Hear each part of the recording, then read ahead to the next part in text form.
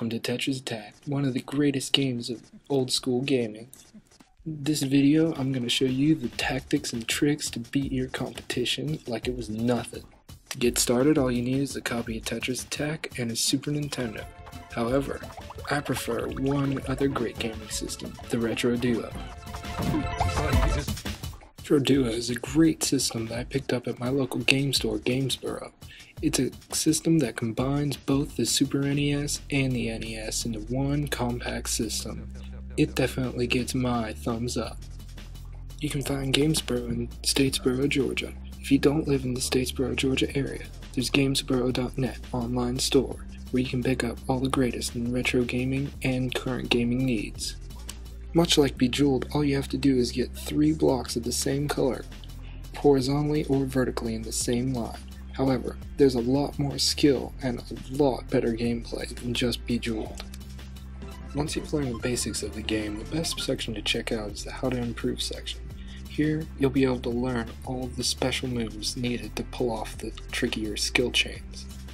The most basic attack is the combo. It's whenever you complete more than 3 blocks at one time.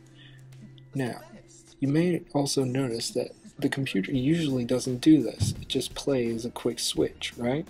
Well, if you hold down the right button or the R button while in the How to Improve section, you'll be able to take control of the cursor.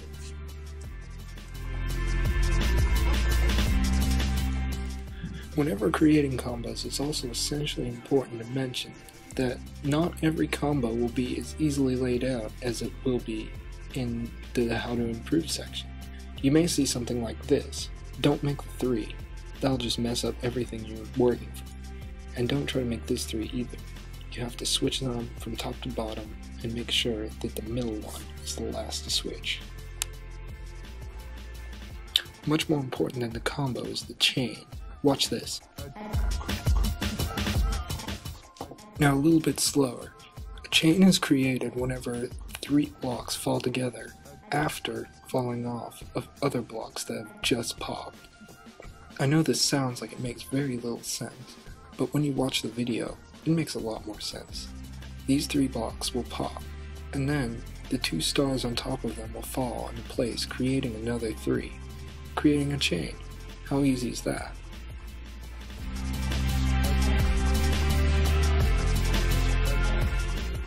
Chains can be created in multiple ways, such as this. This uses horizontal blocks instead of vertical blocks, like so. Sometimes it will also use a combination of the 2, like this.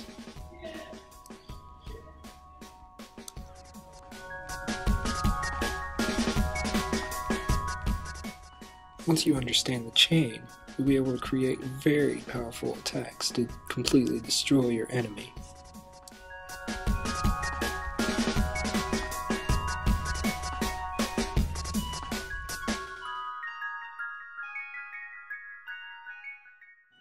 Also, chains don't have to end at x2. If you chain off of a chain, it creates an extended chain, like so.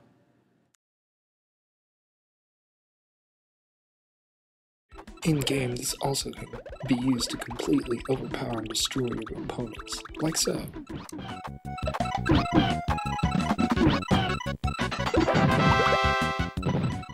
You even get a nice little fanfare. How sweet.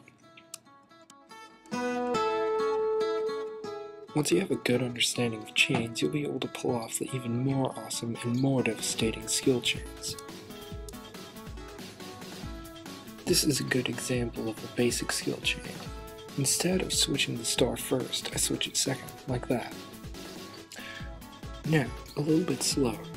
The basics are, instead of switching the star first, I'm switching the heart first. So while those hearts are popping, I can switch the star, because there's a slight delay before the actual other 2 stars will fall.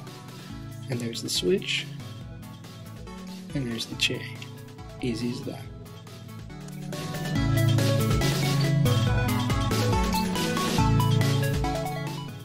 There are many more than one ways to make a skill chain, like so.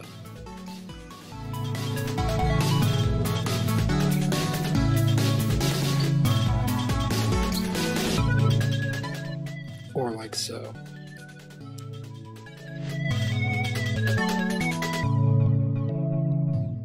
This is a more skillful example of the skill chain. Hold it. Now at this very frame, that's completely empty space, giving you a perfect opportunity to slide that black block right under the blue block.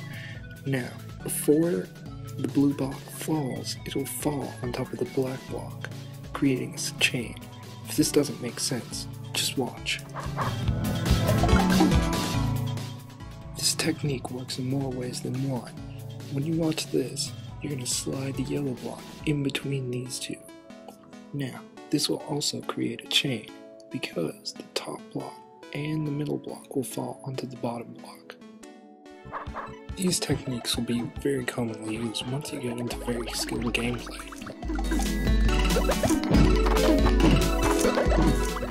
Building up large combos and chains will be able to help you attack your enemy better. The larger your combo or chain, the more they'll get hit. Like Bowser, about to beat the crap out of me.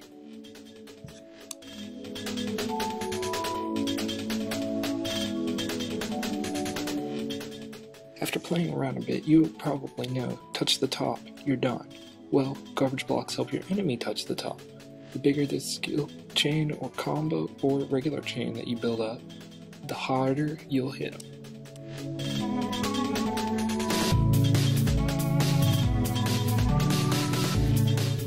However, it's just as easy to clear them. All you have to do is touch 3 blocks that are same color to the garbage block. Easy. Oh, and you see that? You can also chain off of garbage blocks. Anything that you clear from a garbage block counts as a block that's falling and can be chained off of.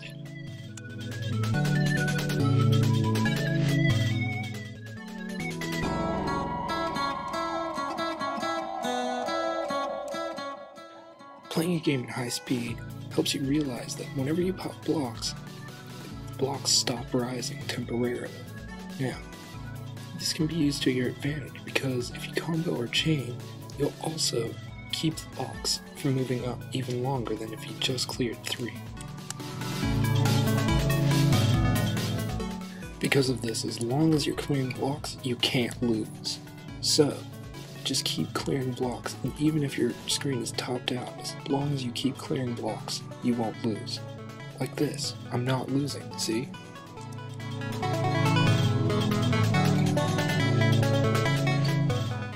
Just remember, don't ever give up, because sometimes you can pull off enough chains and combos to keep yourself alive so that you can clear those pesky garbage blocks, just like this. Even still, if you're not clearing blocks, there's still a very small amount of time before you actually lose. Now while I have this on freeze frame, I'll show you that you can still slide that green block over in the little amount of time that you have. See? Just switch, and I lost. Okay, so you can't really win them all, but remember, this was Bowser, last level, on the very hardest difficulty. Speaking of the very hardest difficulty, it's relatively easy to access. Just hold L and up and press A on hard. The background will turn red. This is revealed after you beat the game on hard without using a continuous Yoshi. However, there is an easier way to avoid using Yoshi. After beating a level, just to hold X and Y and the character select screen, all the characters that you've currently beaten will be there. This way you don't have to use Yoshi whenever you're fighting the regular baddies. You may also notice sometimes that there are the occasional gray garbage blocks. These can't be cleared whenever you're clearing a colored garbage block. However, if you line up 3 exclamation point marks, you can also send a gray garbage block yourself. They're very handy.